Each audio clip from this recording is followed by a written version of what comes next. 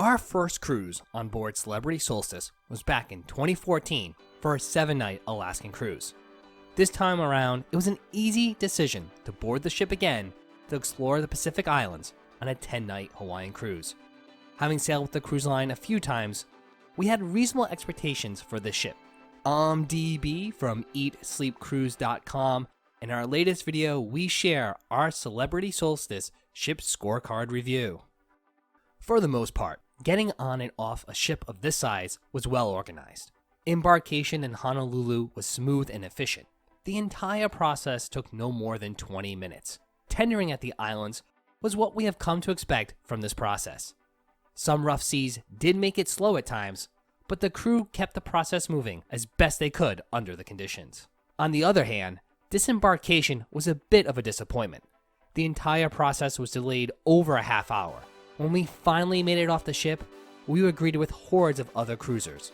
Celebrity Solstice houses 3 pools, which is generous for a ship of its size. During our days in Hawaii, there was adequate availability of loungers and room to take a dip in one of the 2 outdoor pools.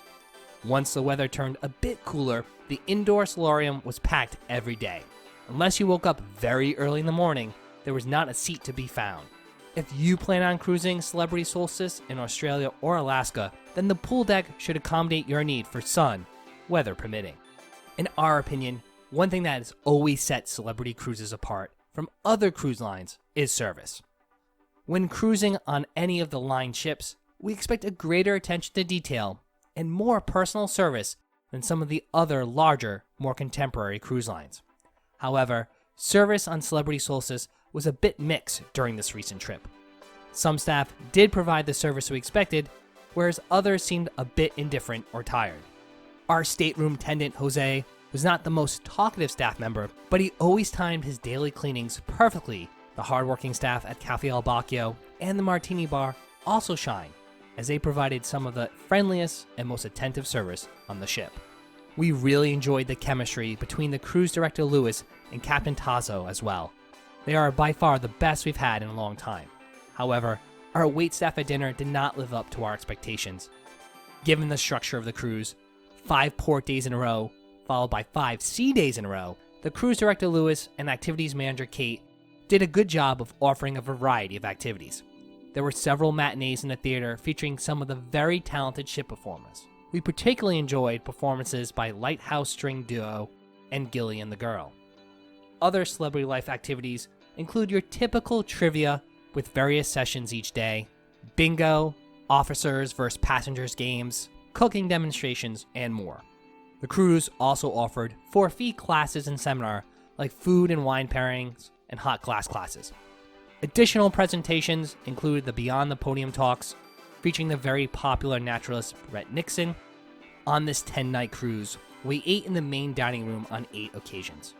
One surprising letdown was the food quality in the dining room. We both felt that the food did not live up to Celebrity's typical standards.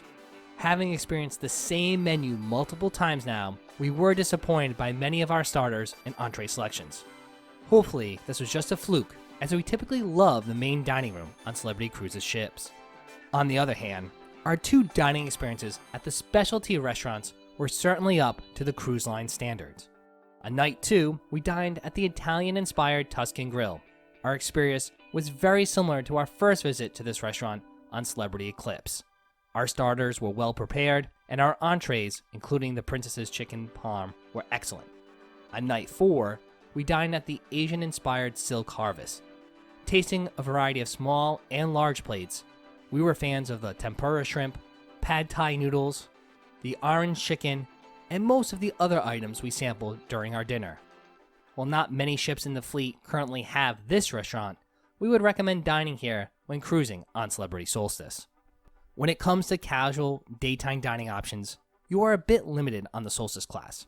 Of course, we knew this prior to our trip. The Ocean View Cafe on Deck 14 offered a pretty standard breakfast buffet, along with a custom omelet station.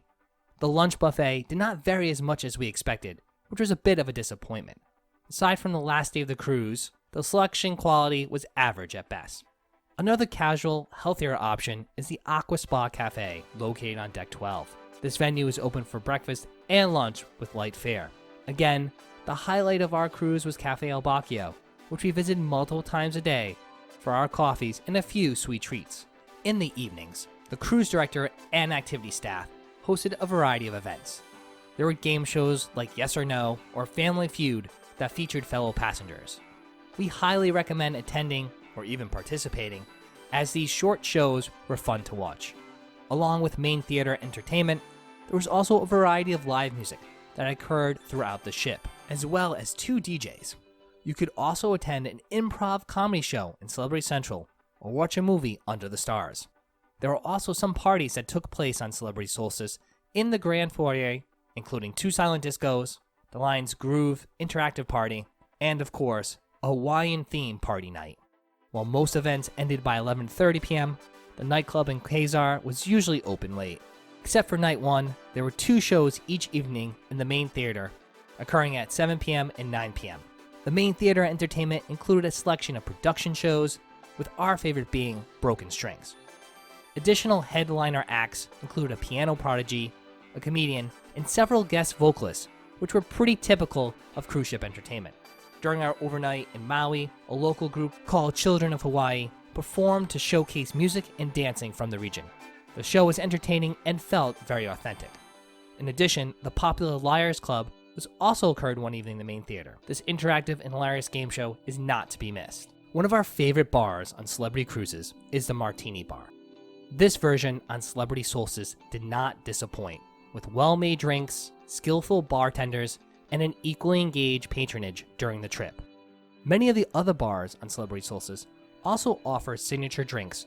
The handcrafted drinks at the world-class bar were smooth and well-balanced, whereas the signature drinks at the Sky Lounge offered some great alternatives to sip during one of the themed events held there. Other options include the Sunset Bar at the back of Deck 15, the Cellar Masters Wine Bar, and the relaxing Ensemble Lounge. All of these venues offer distinct drinks and a unique atmosphere. Celebrity Solstice is scheduled for a major update as part of the line's revolutionary project. We hope that the staterooms get some attention, as our balcony cabin, 7192, show considerable signs of wear and tear.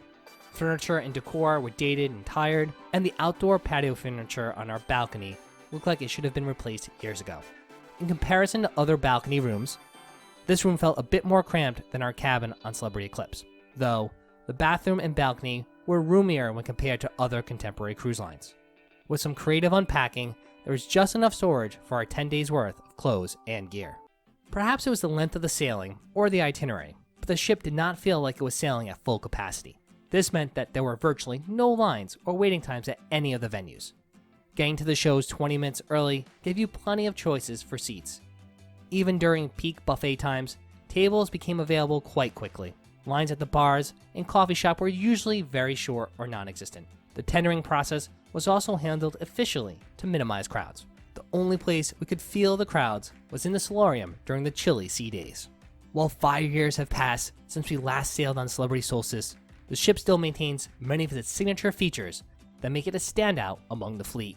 With well-themed bars and lounges, plentiful onboard activities and nightlife, and a variety of main theater productions, there are certainly ways to keep yourself entertained, whether at sea or at port. For a ship of her age, the public areas were well maintained, and the ship looked clean.